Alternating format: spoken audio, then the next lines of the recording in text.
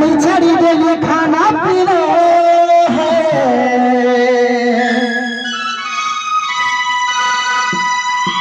दिल के कोला हमर चोरी चोरी है सिटी कॉलेज वाली।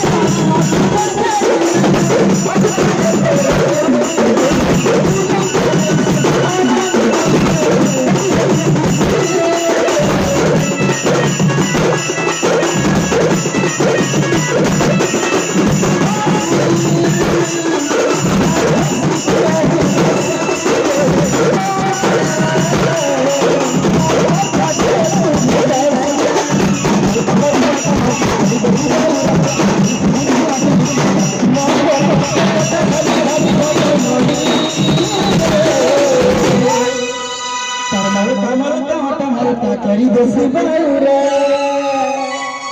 पर झलसे आँख मीट का लाक्सी हमरा तर कथा खाली भागी भागी मोरी कावे छ मतलब कान कान बजने लागू छ मोर तो छाती फट जाऊ छ मतलब कान कान बजने लागू छ दिल के कोला मर जाई छ